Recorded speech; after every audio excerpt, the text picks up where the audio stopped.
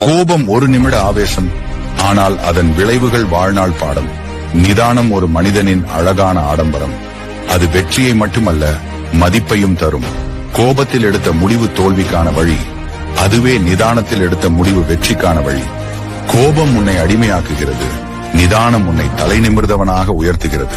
கோபம் ஒரு நிமிட ஆவேசம், ஆனால் அதன் விளைவுகள் வாழ்நாள் பாடம். நிதானம் ஒரு மனிதனின் அழகான ஆடம்பரம். அது வெற்றியை மட்டுமல்ல, மதிப்பையும் தரும். கோபத்தில் எடுத்த முடிவு தோல்விக்கான வழி, அதுவே நிதானத்தில் எடுத்த முடிவு வெற்றிக்கான வழி. கோபம் உன்னை அடிமையாக்குகிறது, நிதானம் உன்னை தலை நிமிர்ந்தவனாக உயர்த்துகிறது. எல்லாரும் சொல்றாங்க சாகும்போது மட்டும் என்ன காசு எடுத்துட்டா போக போறீங்கன்னு. காசு இல்லன்னா நம்ம சாவு கூட யாரும் எடுத்துன்னு போக மாட்டாங்க ஐயா. மொத்தத்துல பணம் 10 செய்யும், அது இல்லன்னா நம்ம சொந்த பணம் கூட நம்மள வச்சு செய்யும். உங்களை காண்டு ஏற்றவனை பத்தி, கடுப்பு ஏற்றவனை பத்தி, எரிச்சல் ஊட்டுவனை பத்தி, உங்களை நீங்கள் ஒழிந்து போக வேண்டும் என்று நினைக்கிறவர்களை பற்றி நீங்கள் கவலைப்படுவதை விட, நீங்கள் ஜெயிக்க வேண்டும் என்று நினைக்கிறவர்களை பற்றி கவலைப்படுங்கள்.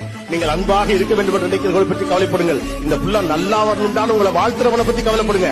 ஏதோ ஒன்று உங்களை பற்றி புரணி பேசுவதற்காக இருக்கிற ஒருவனுக்காக நீங்கள் வாழுவதை விட, உங்களுக்காக வாழ வேண்டும் நினைக்கக்கூடிய ஆயிரம் மனிதர்கள் இந்த உலகத்தில் இருக்கிறார்கள். அவர்களுக்காக வாழ.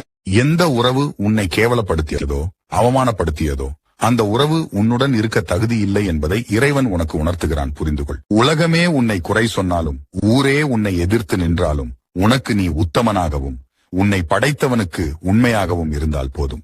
எவனுக்கும் பயந்தோ படிந்தோ போக வேண்டிய அவசியமில்லை. முடிவெடுக்கும் திறனை வளர்த்துக்கொள். நீ எடுக்கும் சரியான முடிவுகள் தான் உனக்கு வாய்ப்புகளை ஏற்படுத்திக் கொடுக்கும். உனக்கான வாய்ப்பை வெற்றியாகவும் மாற்றிக் கொடுக்கும். சொந்தம் என்று கூற 1000 உறவுகள் இருந்தாலும், பணம் என்ற ஒன்று நம் கையில் இருந்தால்தான் அந்த 1000 உறவுகளும் நம்மை மதிக்கும்.